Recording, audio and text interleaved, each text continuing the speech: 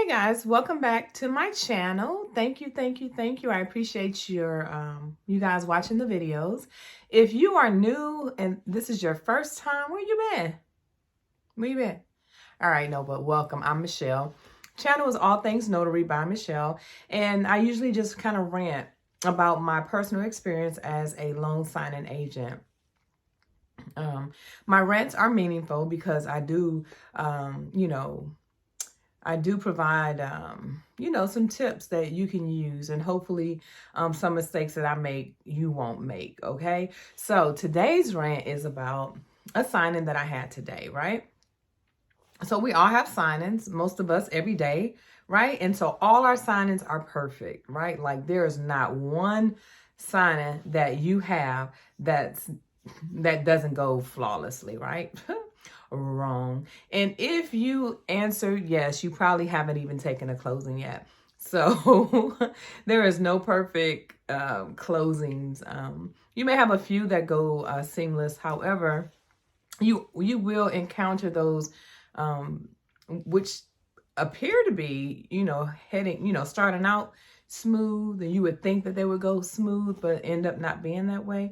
So for an example, I took a sign-in today for a sign-in service who was having a trouble getting somebody to go to a particular area. So it was over an hour away. And so I agreed to do the sign-in, and they did compensate me for my travel, which I thought was great. And it should have anyway, but so I get to the signing and of course the first thing I ask for is ID because I fill out the Patriot Act form before I do anything else. So the ID showed the married name, but all the paperwork had the maiden name on it. Like every piece of paperwork had the maiden name on it. So I was like, well, do you have anything with your maiden name on it? And she was like, well, I have a social security card, but it's at home. It's not here because we were signing at their place of business. And so I was like, okay. And she was like, well, it's me. I mean, I could send you the social security card, which is great, right? Okay, thank you. But that's not helping me right now because for one, I don't want to sign all these papers, right? And then get them sent back and then it's wrong. And then I got to drive over an hour again for the same price that I just came out here for. So I was like, okay, let me call title. And you know those telephone numbers they give you before a certain time and after a certain time?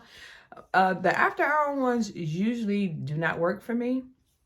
I called, it was like 9 o'clock this morning and I was having trouble getting someone on the phone.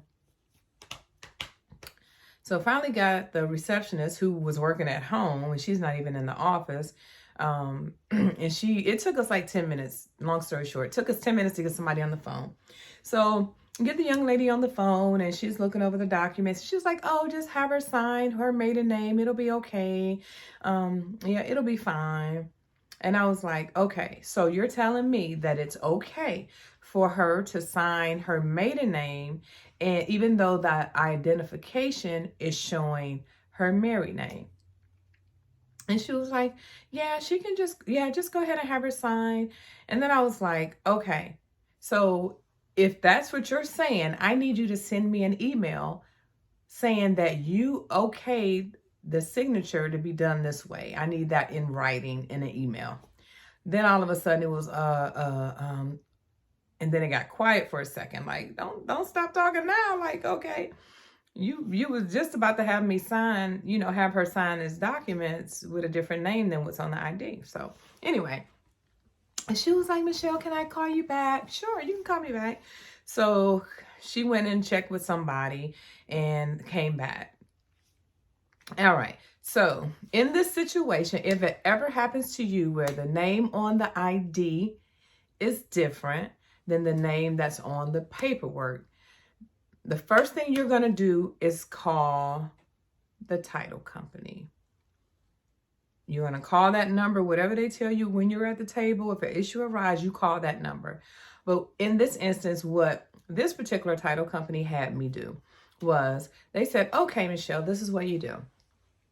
Go ahead and on the AKA statement, which is the signature name affidavit, and on that, they didn't even have her married name listed. They only had her maiden name listed. So we went ahead and wrote now known as, and then her married name. And then when she signed her maiden name, now known as the married name. And so on the front of the deed, because the deed also had the maiden name, so we put the maiden name now known as the married name. And then on the signature page of that, we also did now known as the married name. And so that's what she told me to do. I hope that it works. Because if they decide to send me back out there, I want a full fee. Like, I don't mind correcting mistakes and whatever, but it's over an hour and something away. And even though it was a nice, beautiful ride this morning, I don't want to drive back for nothing. I mean, like, if I have to drive back there to have something redone, it's not even worth the fee that they paid me. Seriously, I'm just going to have to refuse to do it. Because I wanted to make sure, and I did my job. So nonetheless, so the short of this story is that, you know, if you ever run into an issue like that, never be afraid to call title. Call those numbers. If you have a question about any of those docs when you're prepping those docs, make sure you call title or the lender, whoever it is, and ask, because the worst thing you want to do is to have to come back to the table and have them sign or even re-sign a document or, you know, initials or whatever. And I remember when I started, you know, first started, I made, you know, a couple errors because I was rushing, because I didn't want them, you know, I didn't want the signers to feel like, oh, she taking all day. So I was like, well, I'll just check it when I get home, or I'll skim through it, but I'll really double check it when I get home. But if you double checking it when you get home and you find mistakes, what are you gonna have to do? Go back, wasting your gas, wasting your time, inconveniencing the signers, you know. And so it's not worth it. You know, I build a relationship when I first come in, like, hey, how you guys doing? Da, da, da, da. When I get to that last page, I was like, all right, once you sign this, guys, I'm just going to take a few minutes to double check the documents to make sure we didn't miss any signatures, because, you know, I'd hate to inconvenience you by having to come back out and have you sign a document. So, and they're always very understanding, you know, unless you're like taking like 3 hours to do a closing, which shouldn't happen, but nonetheless, they'll be willing to sit around while you do that. They may even start doing something else around the house and say, hey, if you need me, just let me know and I'll come sign. So nonetheless, never be afraid to ask questions if it's something that you don't know. In this business, it's better to ask than not. So that's my daily rant. Well, that's my rant for today. I don't know what's going to happen at this next signing. So just wanted to share that, and hopefully you learn something from that. If something like that comes up, at least you know what was done in the future, you know, done in the past, like in my situation. So nonetheless, have a good day. Thanks for watching. Subscribe, like, share, or just subscribe if you're not a subscriber. And if you are a subscriber, then like. And I appreciate you guys more than you will ever know. Thanks, and I'll see you on the next video. Deuces.